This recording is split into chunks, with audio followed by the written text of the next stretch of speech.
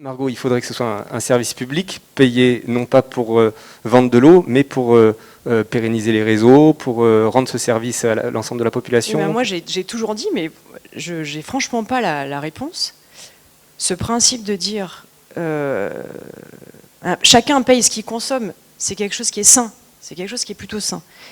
Mais au final, de se dire on amène vers moins de consommation, et tous les équipements électroménagers, etc. Moi, j'ai plus de population, mais mon débit de pointe, c'est-à-dire le jour où je mets le plus d'eau dans les réseaux, la pointe, le jour de pointe, le maximum, c'est-à-dire on cumule la température, la sécheresse, le plus de population qui est toujours autour du 15-16 août, il n'a pas changé depuis 10 ans. Il n'a pas changé parce qu'en fait, on a agi sur les rendements de réseau. Les gens, quand même, malgré tout, consomment quand même moins. Les équipements électroménagers, etc., consomment quand même moins. On alerte, les terrains sont de plus en plus petits. Et donc forcément, on arrose aussi un peu moins. Mais il y a plus de monde. Voilà. Donc, c'est vrai que... Cela dit, Margot, juste pour être sûr, la légère décrue de la quantité d'eau consommée par ménage, elle est compensée par l'augmentation de population. Elle est compensée. Clairement. Et d'autre part, me semble-t-il, elle date d'il y a quelques années seulement. C'est-à-dire, il me semble jusqu'à 2018, ça augmentait. Est-ce que je me trompe ? Je ne pourrais pas dire oui ou non. J'ai pas forcément ces chiffres en tête. Je crois que ça a augmenté jusqu'à 165 litres par personne et par jour, et c'est redescendu à 146 aujourd'hui. Il me semble, je ne sais pas si l'un d'entre vous a les... Attention aux chiffres. Hein. Ouais. Derrière les chiffres, il y a des usages, prioritaires. Donc, ce qui est important, on est en train de discuter de l'eau, mais c'est des usages prioritaires. On peut pas comparer le remplissage d'une piscine avec l'approvisionnement d'un SAMU ou des cultures nourricières. Et derrière, c'est plus... Aujourd'hui, on a réussi à segmentiser. La régie est en train de faire un travail, je crois que votre étude va arriver très bientôt, de savoir exactement, derrière ces 240-280 litres, est-ce qu'il y a de la culture nourricière, est-ce qu'il y a de l'élevage, est-ce qu'il y a des espaces verts, est-ce qu'il y a des golfs, et il faut prioriser les usages. Et aujourd'hui, la situation, elle est très peu claire sur la priorisation des usages. Il faut savoir que dans le moyen et au pays, on a les premiers touchés, ça a été les agriculteurs. Il y a à peu près tous les agriculteurs jeunes installés dans le moyen au pays, on se téléphone avec Margot, à peu près une fois par semaine, on échange là-dessus, qui ont 0 rendement de culture. Donc, alors que les golfs ont pu arroser. Par statistique. Par statistique, alors que les golfs ont pu arroser, parce que nationalement, il y a un accord qui précise qu'en agriculture de crise, en période de crise, on peut arroser les grilles, uniquement les grilles, de jour comme de nuit, alors qu'en période de crise, l'arrosage des cultures nourricières est interdit et l'usage des réserves constituées nucléaires est interdit. Donc le problème il est complexe. Il faut revenir, d'après moi, sur la priorisation des usages. La répartition et la destination.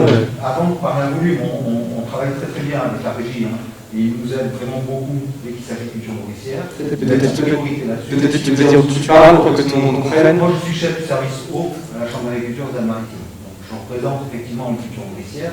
Et on viendra. Mais encore, la semaine dernière, une dame qui porte 80 litres toutes les nuits pour alimenter son bétail.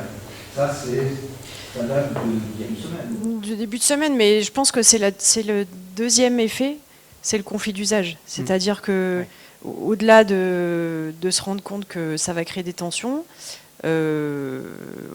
clairement, l'eau va devenir un bien, une ressource, un élément, ça l'est déjà, mais en tout cas, qui va créer des tensions, clairement, entre les usages. L'usage économique, le golf, derrière, il y a de l'activité, derrière du tourisme, derrière, il y a des gens qui travaillent, l'agriculture, l'eau potable, l'énergie, parce qu'on est quand même un territoire où il y a beaucoup d'énergie hydroélectrique.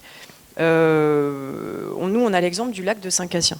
Le lac de Saint-Cassien, qui est à cheval entre le département des Alpes-Maritimes et du Var, il a été créé avec 3 vocations. Gérer les inondations, c'est-à-dire faire tampon en fait de ces énormes quantités d'eau qui arrivent, parce qu'on est sur des régimes méditerranéens de pluie, donc on a des pluies torrentielles qui arrivent sur un temps très court. Gérer les inondations, faire du stock d'eau pour l'alimentation en eau potable, pour le Var et pour les Alpes-Maritimes, et la production d'énergie hydroélectrique. pas le tourisme. La production d'énergie hydroélectrique. Donc c'est ces 3 usages. Et aujourd'hui, on a un conflit d'usage. Parce que ce lac, il a été hyper mobilisé, hyper sollicité pour l'alimentation en eau potable cet été. Et on arrive avec la période hivernale où il est censé être utilisé pour la production d'énergie, pour compenser en fait, et c'est une énergie hyper noble, enfin hydroélectrique, et où EDF se retrouve en difficulté. Et c'est-à-dire qu'il faut bien se rendre compte que si ça, on a un effet cumulatif, de moins en moins d'eau pour l'eau potable, donc de moins en moins d'eau pour l'énergie, à un moment donné, qu'est-ce qu'on va choisir? Est-ce qu'on va choisir l'énergie ou est-ce qu'on va choisir l'eau potable? Donc on revient à la question de priorisation. Donc on arrive à des conflits d'usage. Et donc ça revient à ce que vous disiez juste avant, c'est-à-dire passer d'un service commercial à un service d'intérêt général pour essayer de prioriser les usages nécessaires et prioritaires.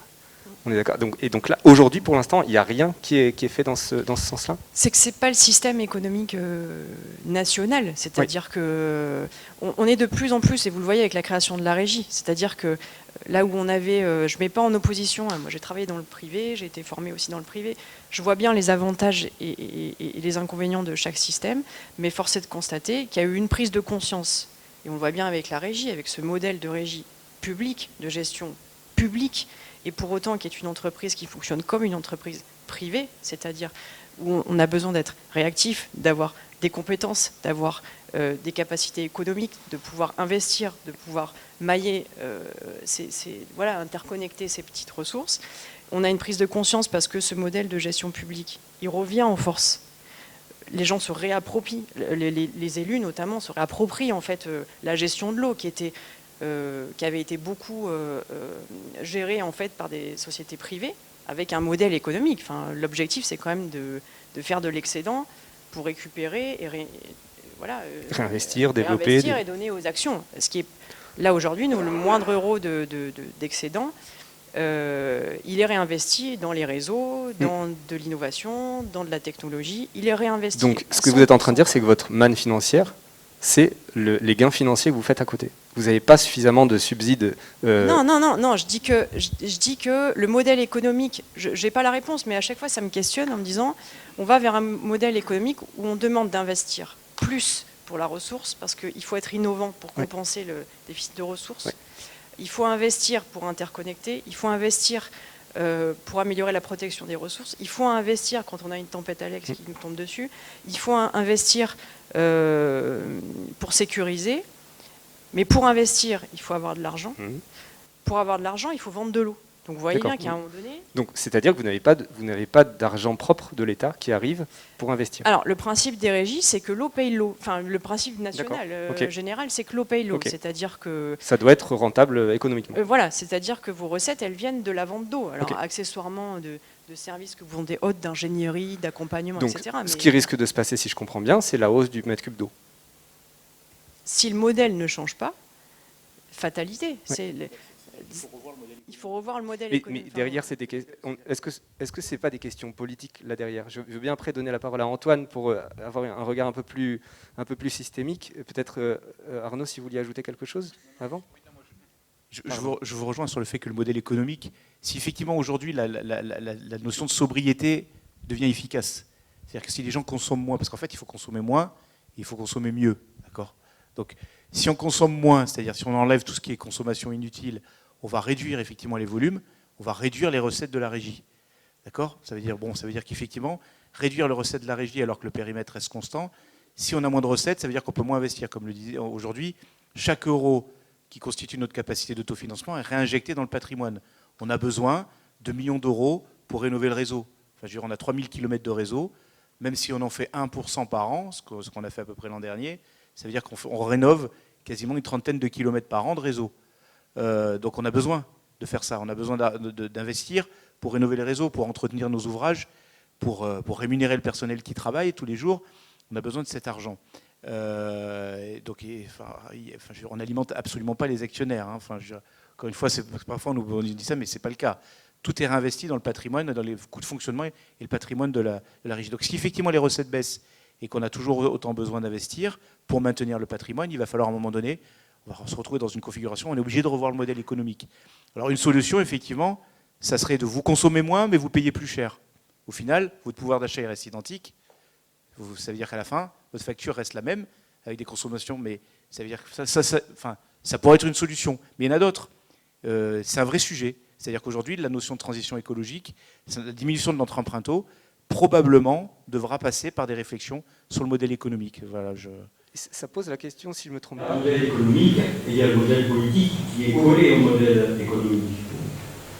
Émile Tornator, justement du mouvement national pour l'environnement, et j'ai d'autres expériences sur le sujet de l'eau. Moi, je pense que ce que vous venez d'écrire, c'est ce qui s'est passé dans la tête de la plupart des communes de France qui ont abandonné la gestion en régie de leur eau pour la confier à des entreprises privées. On peut constater, au résultat de ces entreprises privées, qu'elles ne se sont pas appauvries, pour le moins. Vous avez compris que c'est un peu d'humour dans ce modèle un peu compliqué que vous nous faites vivre. Elles se sont enrichies. Elles ont trouvé une... Écoutez, les deux plus grosses entreprises de France qui sont occupées de l'eau, c'est Veolia et la Lyonnaise de l'eau. Aujourd'hui, elles investissent dans le monde entier pour gérer les questions de l'eau parce qu'elles ont fait suffisamment de bénéfices sur le dos de nos compatriotes pour pouvoir en profiter et travailler à l'étranger. Donc ce que vous dites, c'est que l'endroit où c'est politique, c'est sur le choix de privatisation. Je vais jusqu'au bout. Donc, le choix politique de la régie est un bon choix, de mon point de vue, mais comme vient de nous le dire Margot, si vous permettez que je vous appelle Margot, il y a un problème d'échelle. Et ce problème d'échelle, la métropole Nice-Côte d'Azur a eu à en discuter avec l'ancien Siévi, qui s'appelle plus Siévi, mais qui a tout de suite compris qu'à l'échelle de son périmètre, en régie, le CELI ne pouvait pas gérer les eaux de son périmètre parce qu'il y a des investissements. Et l'arrivée de la métropole Nice-Côte d'Azur, je crois, a donné un certain souffle au CELI. Donc, il y a la question du seuil sur lequel nous devons travailler sur la gestion de l'eau. Et décréter que c'est un bien commun et pas une marchandise. Je pense qu'à partir de là, on va construire un modèle économique. Moi, d'abord, je vous remercie pour cette réunion. J'aurais dû commencer par vous dire ça, et bravo pour les intervenants. Mais je suis tout à fait favorable à ce qu'on travaille en régie. Mais parallèlement au travail en régie, il me semble qu'il y a une obligation politique. Et cette réunion et la présence nombreuse des participants le montrent. Il faut créer des comités d'usagers parallèlement à la gestion en régie. Ainsi, les conflits d'intérêts seront gérés effectivement par les politiques qui auront la charge de la gestion de l'eau, mais aussi par la participation des associations et des usagers de cette ressource. Voilà pour la première partie de mon intervention. Après, j'ai plein de questions à vous poser. Merci bien. Fabien, tu voulais intervenir ? Je voulais partager peut-être quelque chose d'entre deux et puis de l'expérience que je peux apporter. En fait, je fais plein de choses, mais je viens représenter, je fais partie du bureau d'une NASA qui gère les eaux sources de Roquebrune-Camartin, donc plutôt sur l'est du pays. Donc c'est quelque chose qui est semblable à une régie, beaucoup plus petite. Il y a 211 propriétés qui sont alimentées par 4 sources qu'on capte depuis plus de 100 ans aussi. Et je dirais que l'entre deux, c'est que vu que c'est nous qui gérons les questions politiques, vu que c'est nous qui décidons de tout ça, on se rend compte des mêmes problèmes alors qu'on a le pouvoir de choisir ce qu'on veut. Et le problème, pour moi, il est toujours humain, de toute façon, vous êtes peut-être nombreux à l'avoir compris. Mais on se rend compte que c'est compliqué aujourd'hui. On a une solution concrète à vos problèmes, qui pour moi viennent du fait que on ne sait pas comment faire avec... En fait, là, vous parlez uniquement d'argent, et vous avez très peu parlé de bénévolat. Et chez nous, il n'y a que des bénévoles, par exemple. C'est intégralement du bénévolat. Donc nous, on a le problème inverse, qui est on pourrait s'en sortir sans problème. Après, il y a le problème climatique. Au niveau économique, on pourrait s'en sortir sans problème si on avait assez d'énergie bénévole. Donc pour moi, il y a deux énergies qui sont l'une en face de l'autre, qui sont deux leviers potentiels, qui sont le financement en euros et l'énergie apportée par les bénévoles. Et aujourd'hui, notre problématique à nous, c'est d'être capable de partager cette information, de l'urgence, de la nécessité de respecter l'eau, tout simplement, de considérer que c'est une denrée rare, et d'être capable d'expliquer aux bénévoles, on appelle ça des ayants droit, parce que c'est rattaché à une propriété, donc à ces personnes-là, que si elles veulent avoir toujours le même prix d'eau, effectivement, nous aussi, on peut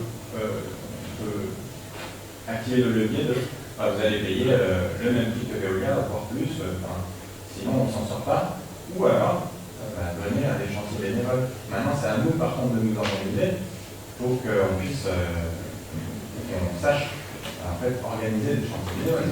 C'est quelque chose aussi. Il y a un savoir-faire derrière qui a développé. Et là où j'apporte juste un partage, parce que c'est très différent de vous, puisque le territoire est beaucoup plus large dans votre cas, l'infrastructure est beaucoup plus grande, plus complexe, et ça demande plus de compétences.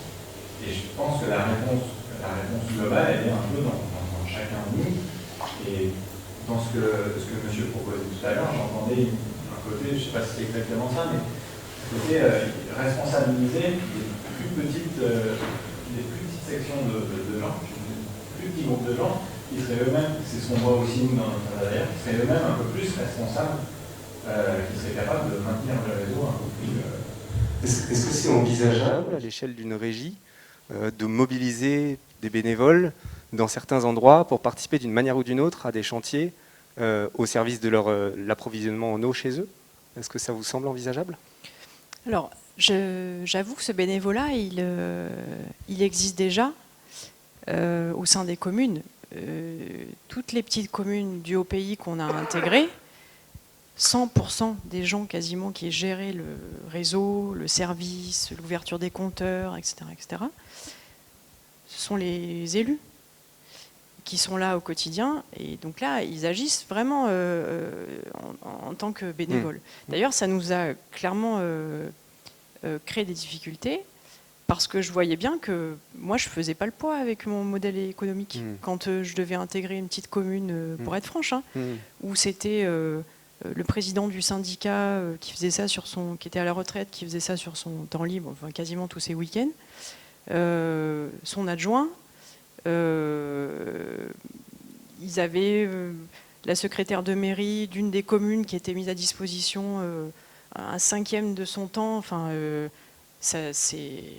modèle économique, il est parfait en fait. Il n'y a quasiment pas de dépenses, sauf que ça manque de compétences derrière. C'est-à-dire qu'il y a du bon sens, il y a extrêmement de bon sens. Et ça, je suis la première à le reconnaître, c'est qu'il y a tellement de bon sens que des fois, on est moins bon.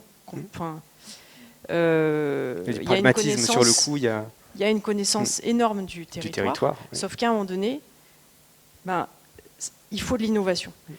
Il faut de la méthode, il faut du matériel, il faut investir dans des réseaux. On se retrouve avec des territoires qui ont des réseaux de tous les matériaux possibles. Si vous avez tous les matériaux possibles, imaginables, de l'acier, de l'inox, du PE, de la fonte, il vous faut autant de raccords différents. Mais ils l'ont fait avec plein de bonne volonté. Mais... Sauf que quand on veut passer de 60 à 80% de rendement, et là bientôt 90, parce qu'il faut qu'on arrive à 90, là c'est des moyens lourds qu'il faut déployer. Et est-ce qu'à cet endroit-là, vous pourriez être coordonnateur, c'est-à-dire vous qui avez la compétence technique, être support au bénévolat en donnant des lignes directrices claires? Et ben en fait, c'est ce qu'on a fait. C'est ce qu'on a fait dans les premiers temps. C'est-à-dire que on a dit on se laisse 1 an. Je leur ai dit on récupère la compétence administrativement parlant. Mais par contre, c'est vous qui continuez de gérer parce que nous, on ne connaît pas. Ouais. On ne connaît pas le terrain. Il faut le temps qu'on aille localiser les réseaux, qu'on passe avec notre GPS pour mesurer chaque bouche à clé, chaque vanne. Connaître le diamètre, parce que vous intervenez sur un réseau, vous ne connaissez pas le diamètre, vous ne connaissez pas le matériau, vous ne savez pas quelle pièce vous devez mettre, j'ai pas la pièce, il faut que j'attende 2 semaines, c'est sans fin. Donc, là on perd en efficacité. Donc là il faut déployer des moyens de connaissances cartographier les réseaux, savoir où ça passe, c'est l'essentiel.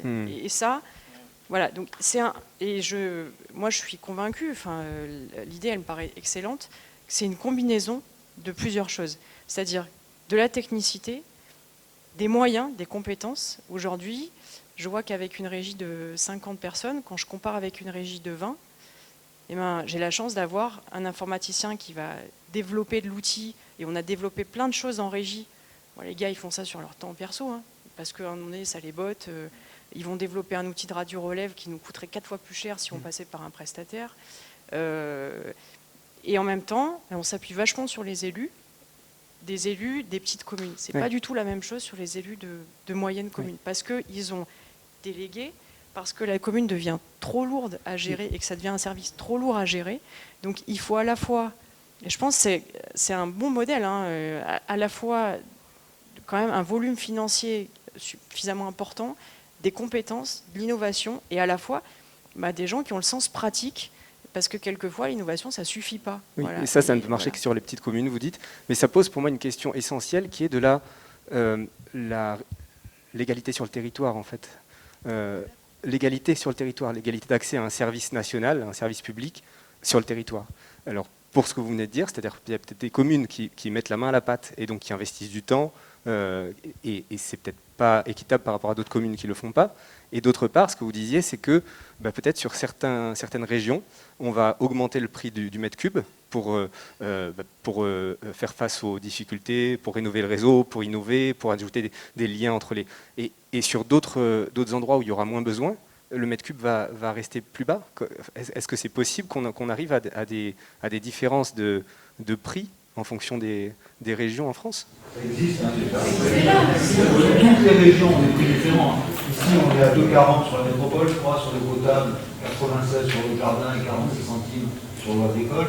Et on est à peu près à 4,50 € en moyenne sur l'eau potable en France. Donc aujourd'hui, on a tous les panels, ou alors sur les hasards, on va être sur une redevance agence de l'eau.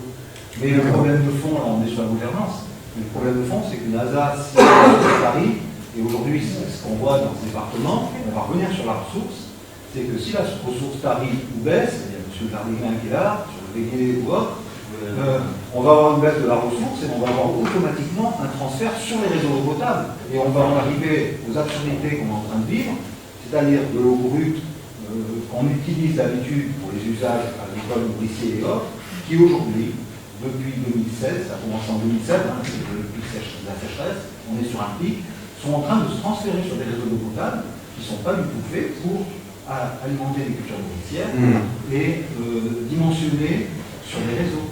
Donc le problème, c'est qu'aujourd'hui, on est confronté à ce changement climatique avec une baisse de la ressource, un transfert sur de l'eau potable, et parallèlement à ça, le changement climatique, c'est toutes les plantes et les cultures résilientes du sud de la France, les oliviers, la vigne, et autres, j'en passe, qui n'étaient jamais irrigués, qui aujourd'hui le sont. On a un sol qui est à 10 mètres, depuis qu'on fait des mesures de sécheresse de sol, on n'a jamais vu le sol aussi sec. Donc ça est-ce que ça veut dire qu'il y a un risque de perte de biodiversité? Là, on est clairement, oui, et on est vraiment dans le changement climatique où il faut améliorer la gouvernance, mais sur la ressource, aujourd'hui, il va falloir adapter la notion de bien commun, moi j'aime bien l'entendre, parce qu'il va falloir adapter nos consommations d'eau avec une ressource en baisse, avec l'aide de la REMUT, avec l'aide d'un certain nombre de choses où on est très innovant, tout le monde, chacun de notre côté, on regarde sur les assises de l'eau, l'observatoire, chacun travaille, chacun fait des améliorations. Ceux qui connaissent Porquerolles, le verger Porquerolles, il est en REMUT depuis 11 ans. Donc il existe quand même beaucoup de choses, même si l'ARS est un petit peu compliqué à bouger, mais on est dans une crise où il faut adapter la ressource aux usages. On va devoir y aller. Et les usages, il faut les prioriser puisqu'il y a plus assez d'eau pour les besoins qu'on a aujourd'hui dans ce département. Et changer les pratiques culturelles aussi, c'est aussi un paramètre qui permet de garder plus d'eau, d'améliorer les sols et de tout. Voilà, ça va des techniques culturelles aux usages touristiques, etc. Il y a beaucoup à faire et je vous remercie beaucoup pour ces interventions jusqu'ici parce que je pense que moi personnellement j'étais complètement étranger à tout ça, donc j'apprends beaucoup et je suis sidéré en fait qu'en tant que citoyen on n'ait pas plus accès à toutes ces informations. Comment faire pour faire des choix de changements radicaux de consommation si on ne mesure pas l'ampleur de l'enjeu? Antoine peut-être, et après il y avait monsieur le maire d'Aiglun qui voulait prendre la parole. Oui. Non, mais juste, il y a beaucoup de choses qui sont dites. En fait, ce qui est intéressant, c'est ça, c'est la multiplicité des questions, des diagnostics, des acteurs, des usagers, et même des solutions. Et en fait, il n'y a pas par exemple, on va parler de solution, il n'y a pas une solution, parce qu'il n'y a pas juste un problème. Et c'est le problème aujourd'hui, ils se rejoignent. Donc en fait, il ne faut pas une solution, il faut un cortège de solutions qui sont mises en œuvre ensemble, parce que même une très bonne solution toute seule, en fait, elle ne va pas exprimer son potentiel, on n'y arrivera pas. Et en fait, c'est tout le problème de réfléchir dans le même monde depuis toujours. En fait, on gérait la ressource selon les parties prenantes, selon des choses, selon une année sèche. Là, il faut gérer une autre composante, c'est un monde qui change vraiment. Ça veut dire qu'on ne peut plus travailler exactement de la même façon. Si on réfléchit comme avant, on ne va pas arriver à anticiper des changements. J'allais vous poser la question là-dessus, justement, Antoine, parce qu'en France, on voit beaucoup de changements. Par exemple, en Drôme, il y a la Drôme qui s'assèche depuis plusieurs années maintenant, l'été. Ne parlons pas de l'Himalaya qui perd beaucoup en potentiel de ruissellement, et donc tout le bassin de l'Himalaya est menacé derrière. Il y a eu des inondations ahurissantes au Pakistan cette année. Quels sont les risques systémiques en termes d'alimentation, avec en plus cet aspect-là lié au réchauffement climatique, de déplacement de population intense, et donc avec probablement des bassins qui vont devoir développer plus à boire et à manger. Est-ce qu'aujourd'hui, vous avez quelque chose à nous dire pour nous éclairer là-dessus? Avant de répondre à cette question qui est une autre piste, il faut donc déjà noter ce qu'on vient de sortir là.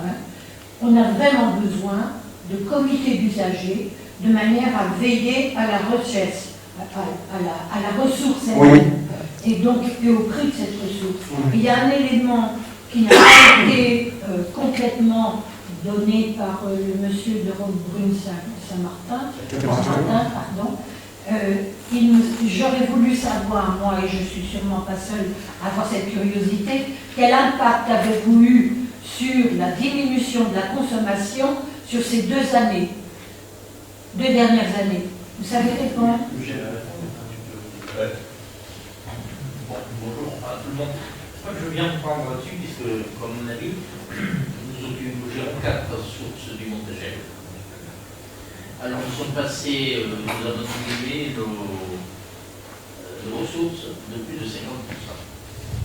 50% en combien de temps? C'est-à-dire que lorsqu'il y avait des ressources qui sortaient estimées à 1000 litres à l'heure, elle est passée à 500 ou 250. Il faut pouvoir la gérer sur des parcours qui font quand même 20 km. Par contre, nous sommes dans une région qui était très bien organisée dans le temps. Chacun avait sa propriété, chacun avait son bassin. Et la ressource de l'eau, c'était ce qu'il y avait de plus important. Chacun se levait même la nuit pour aller chercher l'eau. Maintenant, nous sommes des gens qui sommes trop gâtés. On ouvre le robinet et l'eau coule. Et nous sommes un peu des anciens. On essaye de maintenir ce qu'ont fait nos parents. Et on a beaucoup de mal. Pourquoi? Je vais vous dire quelque chose qui va vous faire sauter au plafond. L'eau n'est peut-être pas suffisamment chère. Nous, on essaye de maintenir des prix très bas puisque c'est de l'eau d'arrosage. Mais les gens au bord de mer, ils n'en ont rien à faire pour l'instant. Ils ont les moyens de payer l'eau très cher.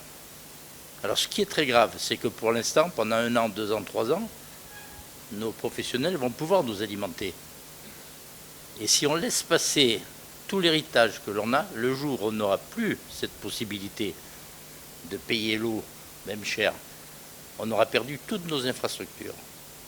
Alors ce qu'on fait avec nos collègues, c'est qu'on maintient ces infrastructures. Et on est obligé, compte tenu du changement climatique, de nous adapter. C'est-à-dire qu'avant, on avait un écoulement qui était gravitaire.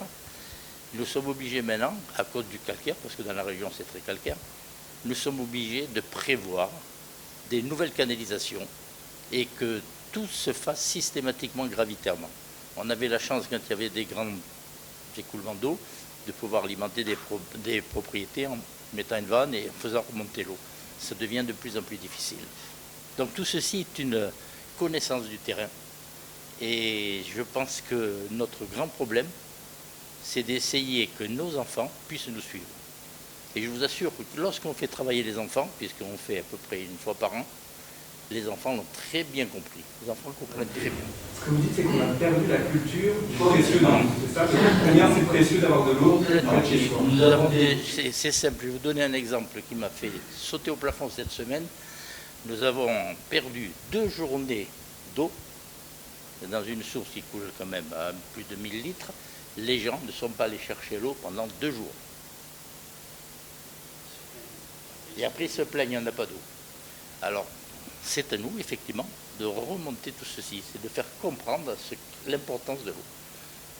On ouvre le robinet et l'eau coule. «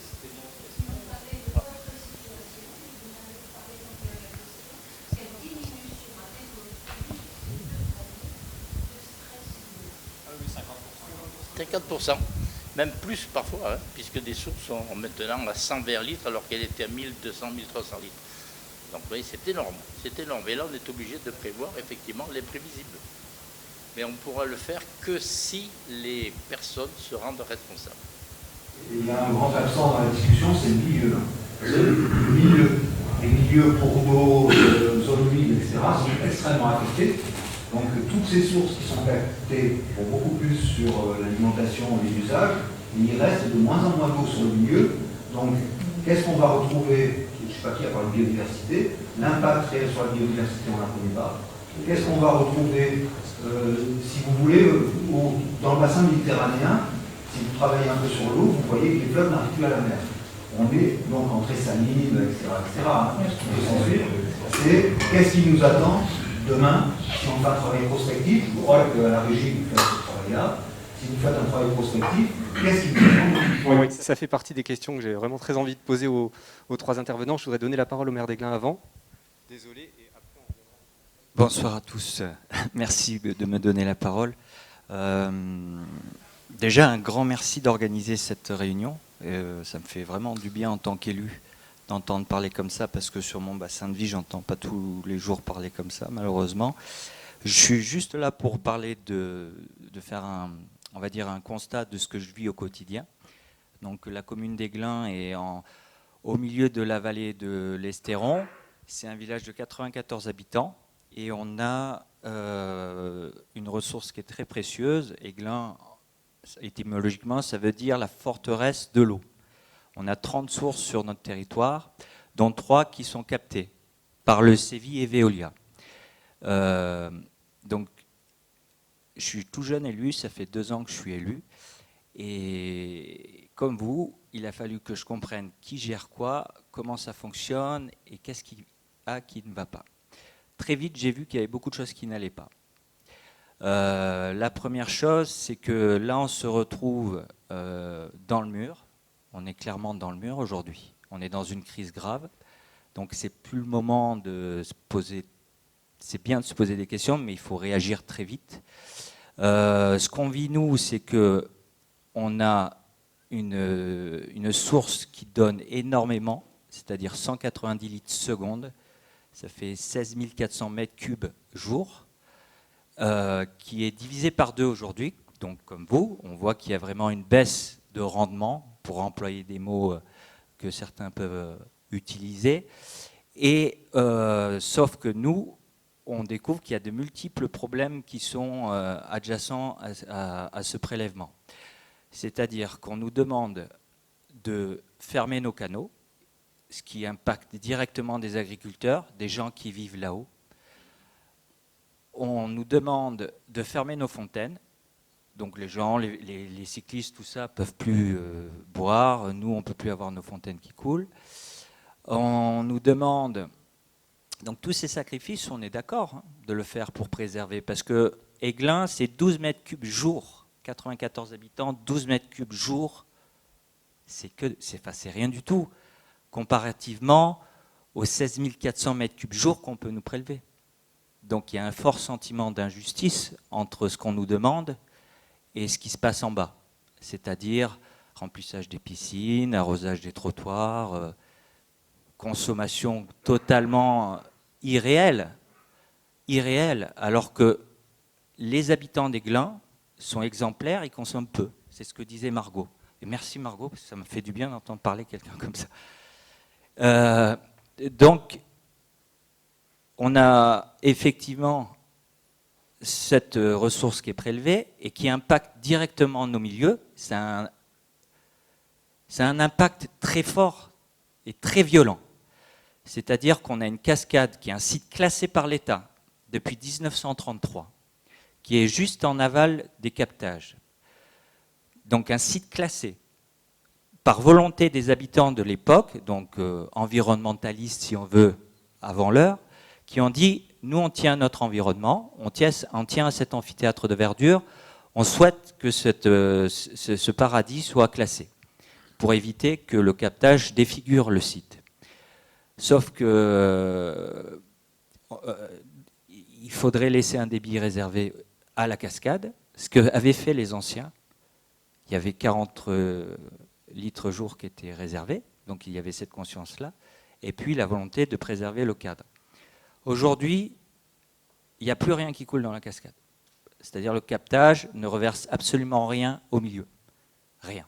C'est-à-dire que comme la ressource diminue, ils sont obligés de pomper le maximum de la ressource pour alimenter ceux qui ont besoin d'eau. C'est ce qu'on appelle le partage de l'eau. Sauf qu'aujourd'hui, on se rend compte qu'il n'y a pas d'équité. Et nous, on subit fortement cette pression-là. Donc pas d'eau dans la cascade, qu'est-ce que ça veut dire? Ça veut dire, donc là on a un petit filet encore qui subsiste.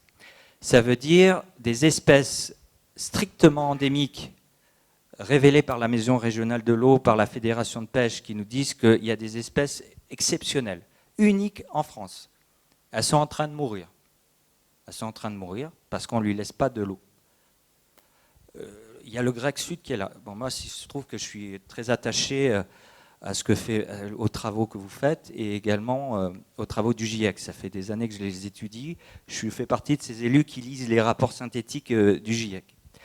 Il faut les lire parce qu'on ne parle pas de prédiction, mais de projection. On nous dit plus 5 degrés à l'horizon 2080. Il faut se préparer. C'est-à-dire que est-ce qu'on est prêt à voir mourir nos milieux naturels, donc toutes ces espèces-là, plus les services écosystémiques que ça rend, par rapport à la régulation de la température, parce que la cascade de Végué, c'est 7 degrés qui tombent dans une eau à 25, donc ça permet de refroidir l'estéron. Et si l'estéron n'est pas refroidi, toutes les espèces qui sont à l'intérieur à plus 25 degrés, elles meurent. Voilà, aussi simple que ça. Il y a des espèces qui meurent, la truite fario par exemple, au-delà de 25 degrés, elle va aller plus en amont pour chercher de la fraîcheur, mais si elle ne la trouve pas à un certain moment, elle va mourir. Donc il y a ces enjeux environnementaux très forts. Alors, est-ce qu'on continue de consommer de manière déraisonnée au sacrifice de cette vie? Et je parle de cette vie biologique, mais je parle aussi des agriculteurs, parce qu'il y a des animaux qui pâturent, il y a des prés de fauche. C'est une vie, c'est toute une économie qui est impactée. Donc on sacrifie le haut pays pour le littoral. C'est vécu comme ça, c'est vécu comme ça par mes habitants. Et toujours, on en revient au même sujet, pour du profit. Parce qu'aujourd'hui, on a Veolia qui pompe l'eau sans qu'on ait forcément une réflexion sur les fuites. Il y en a une, puisqu'il y a maintenant des directives qui sont faites. On a 700 000 € de délégation de service public que ça coûte par an, de payer Veolia. Ça coûte à l'année au Sévis, ça. Derrière, ça veut dire qu'il faut payer cette somme constamment. Derrière, il faut vendre de l'eau pour réussir à fonctionner. Il y a 1 700 000 mètres cubes à l'année qui sont perdus. C'est le rapport du Sévis 2021.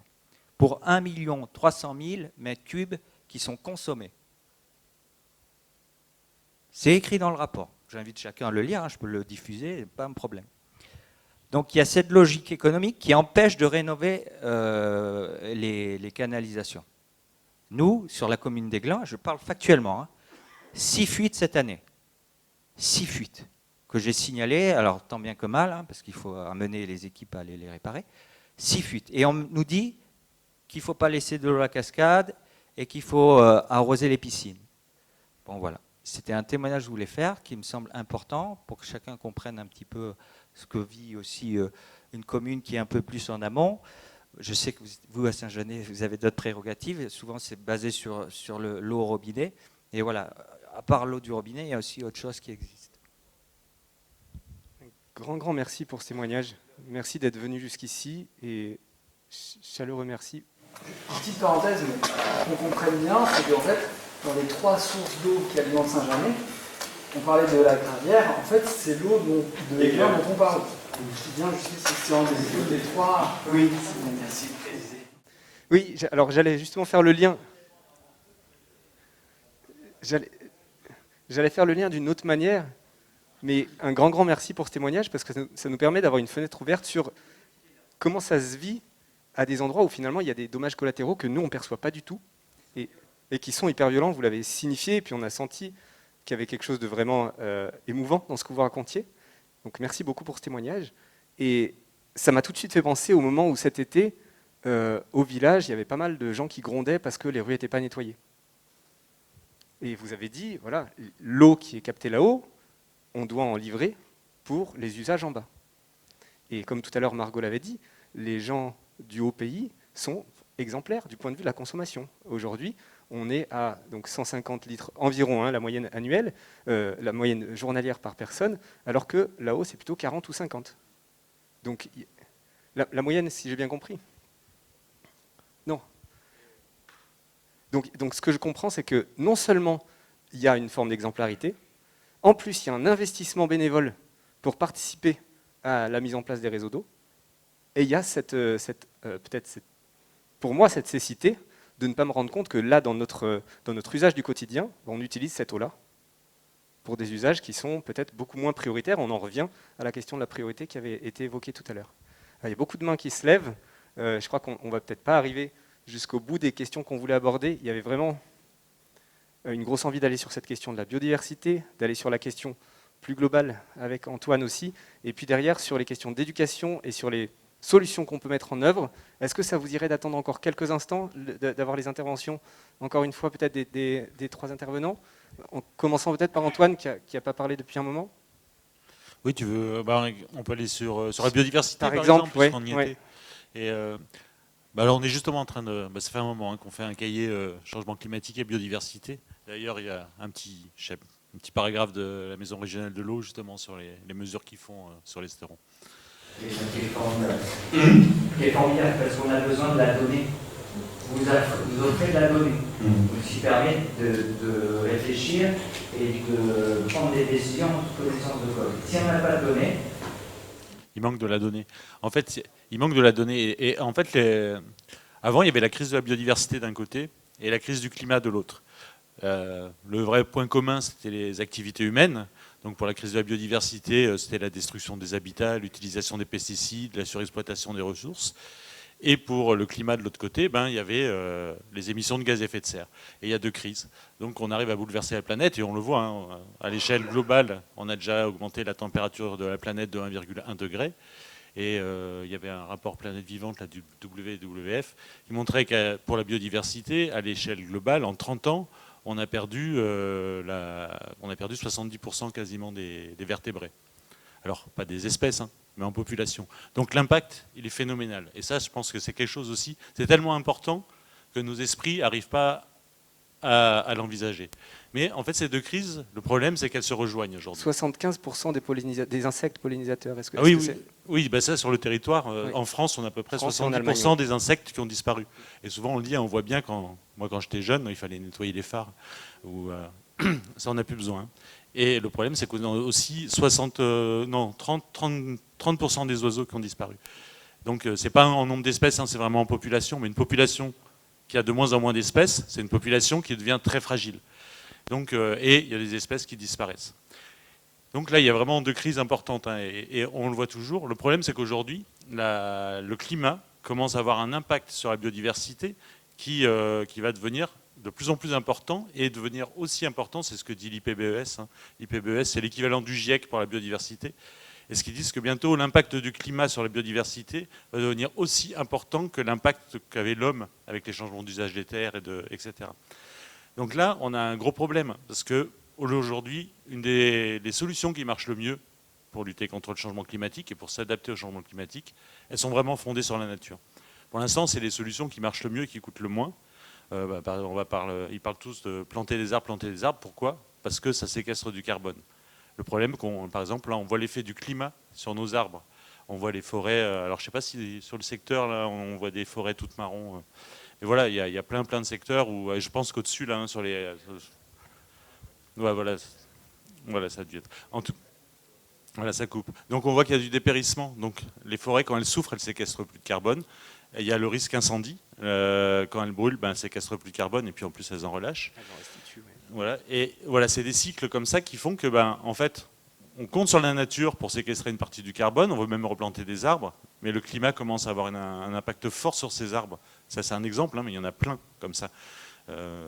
On parle des posidonies aussi, par exemple, les herbiers de Posidonie. Donc là, on n'est plus dans les montagnes, on n'est plus sur l'eau, mais on est sur la mer. Ils rendent de multiples services. Les herbiers de Posidonie permettent de séquestrer du carbone aussi. Donc là, c'est 200 000 tonnes par an sur le littoral de PACA. Ça séquestre du carbone.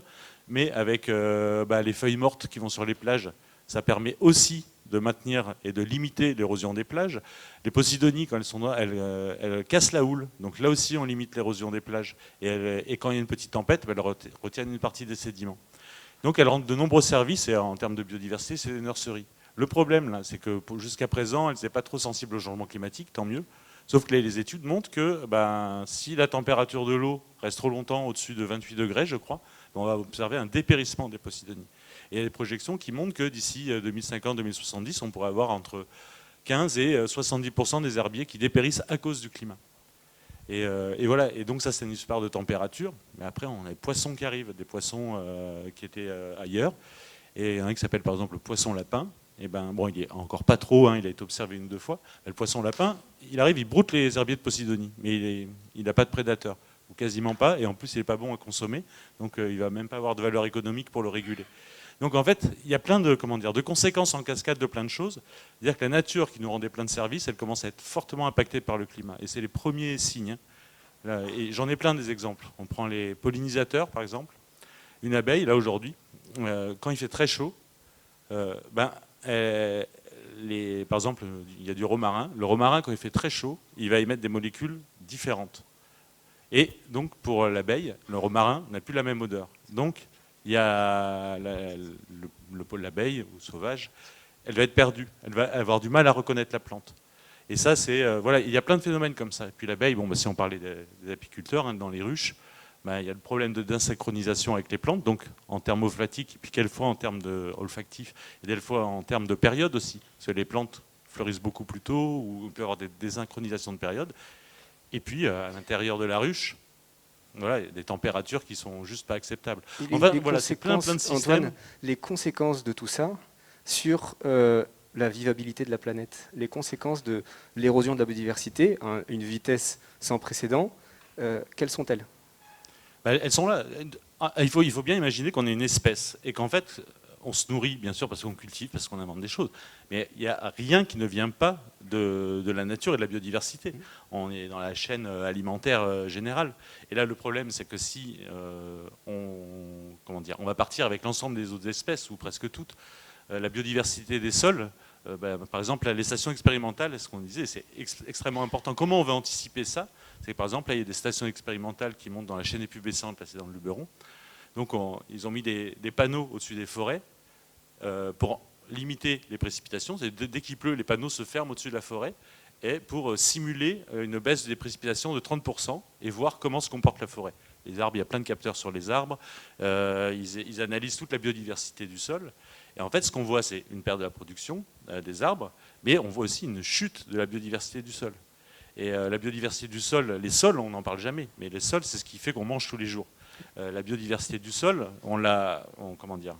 elle devient pauvre. On a des sols qui sont extrêmement pauvres. Ça, c'était les pratiques agricoles. Moins 90% des vers de terre sur les sols arables. Elle est infinie, quoi. La biodiversité du sol, c'est avec les vers de terre, c'est les colamboles, c'est les bactéries. Elle est immense, la biodiversité du sol. Et les sols morts, c'est des sols qui ne produisent plus. Des sols sans matière organique, c'est des sols qui sont beaucoup plus vulnérables aux sécheresses. C'est tout un système. Et c'est ce système-là que le climat commence à... En fait, là, de par nos pratiques, on a mis des systèmes en tension. Et là, le climat se régale. Le climat, c'est un révélateur de tout ce qui ne fonctionne pas avant. avant d'attaquer ce qui fonctionne. Mais c'est voilà, un système en tension est beaucoup plus vulnérable au changement climatique. Alors justement, j'aimerais qu'on aille doucement vers ces tensions et vers quelles pratiques on peut mettre en œuvre à la fois individuellement et collectivement. Je crois qu'on va changer nos plans parce qu'il est déjà 20h. On aimerait vous offrir une collation avant que vous partiez. Donc je vous propose qu'on continue ces échanges jusqu'à 20h30, si ça convient à tout le monde, qu'on prenne des questions, que vous puissiez y répondre un petit peu et qu'on vise 20h30 comme fin de table ronde. Est-ce que ça vous va ? Oui. Est-ce qu'il serait possible, parce que jusqu'à présent, on a parlé des sources, je vais schématiser, on a parlé d'avant compteur d'eau.